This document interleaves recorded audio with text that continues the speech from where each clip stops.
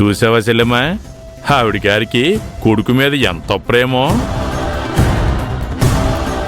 కన్న కొడుకు కుటుంబం మొత్తాన్ని ఎదవలను చేసినా పర్లేదు కానీ కొడుకు మాత్రం బయటి వాళ్ళ ముందు మాట పడకూడదు. అది ఆవిడ గారికి కొడుకు మీద ఉన్న ప్రేమ.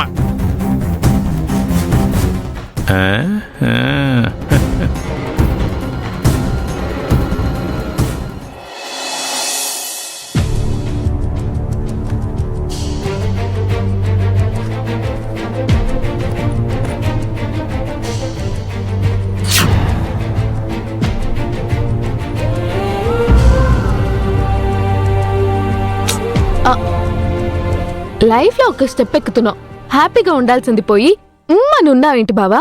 ఇందాకేం జరిగిందో చూసావు కదా. అత్తయ్య చేతుల మీదుగా కాకుండా ఆ చైర్మన్ తో హోటల్ ఓపెన్ చేయించారేంటి? చెప్పాడు కదా, బిజినెస్ కి రూపాయి ఖర్చు లేకుండా పబ్లిసిటీ వస్తుంది, అందుకే ఆయన పిలిచాను అని వాడనుకున్న కారణం అది. కానీ ఆ చైర్మన్ ఉద్దేశం అది కాదు. ఆ చైర్మన్ కి విష్ణు బాగుపడడం ఇష్టం లేదు. అత్తయ్యకి ఆ చైర్మన్ కి గొడవలు జరిగాయి. వాడికి ఎప్పుడు అవకాశం వస్తుందా అని చెప్పి అత్తయ్య వాళ్ళని ఇబ్బంది పెట్టాలి అని చూస్తున్నాడు. అందుకే విష్ణుని ట్రాప్ చేశాడు. వీడేమో ఆ చైర్మన్ ని గుడ్డిగా నమ్ముతున్నాడు. ఆ చైర్మన్ కి మనకి గొడవలున్నాయన్న విషయం, మనం అంటే అతనికి నచ్చదన్న విషయం విష్ణుకు తెలీదా బావా? ఎందుకు తెలీదు? తెలుసు కదా. తెలుసు కూడా వాళ్ళకి ఇంపార్టెన్స్ ఇస్తున్నాడు అంటే తప్పెవరిది? చెప్తున్నాను కదా, విష్ణుని తెలివిగా ఇన్ఫ్లుయెన్స్ చేసి తన వైపుకి తిప్పుకుంటున్నాడు ఆ చైర్మన్. దానికి కారణం ఓ విధంగా ఆ చైర్మన్ కూతురు కీర్తిని. గతంలో కూడా విష్ణుగాడు ఆ చైర్మన్ ఇంటి చుట్టూ ప్రదక్షిణలు చేస్తుంటే తెలిసింది. అడిగితేనేమో ఆ అమ్మాయి నా ఫ్రెండు, అందుకే తిరుగుతున్నాను అన్నాడు. అందుకే ఆ చైర్మన్ ఇప్పుడు ఆ కూతురుని అడ్డం పెట్టుకుని ట్రాప్ చేస్తున్నాడని నాకు అప్పుడే డౌట్ వచ్చింది. అయితే తప్పు నీది బావా. నేనేం తప్పు చేశాను?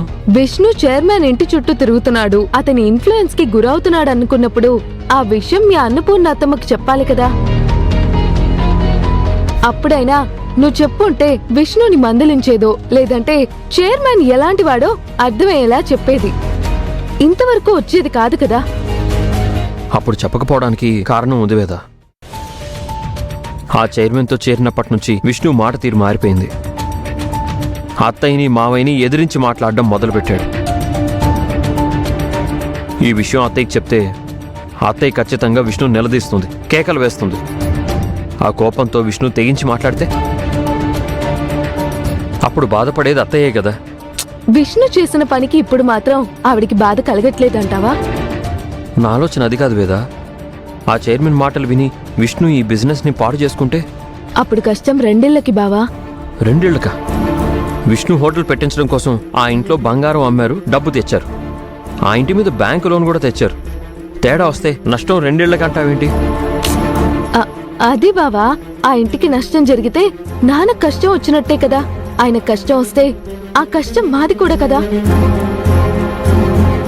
అయినా అలాంటి కష్ట నష్టాలు ఏవి రాకుండా ఉండాలనే కదా మా నాన్న తెలివిగా ముందు ఆలోచించి నిన్నిక్కడ పెట్టాడు, నీకు పార్ట్నర్షిప్ ఇచ్చాడు. మీ తెలివితేటల ముందు ఆ చైర్మన్ ఎంత బావా బచ్చాగాడు. వదిలే, అయినా నేను నీకు తోడుగా ఉంటాను కదా, చూసుకుంటాను. అబ్బా, ఇప్పటికీ నవ్వుమొహం వచ్చేసింది. ఇది ఇలాగే మెయింటైన్ చెయ్యి.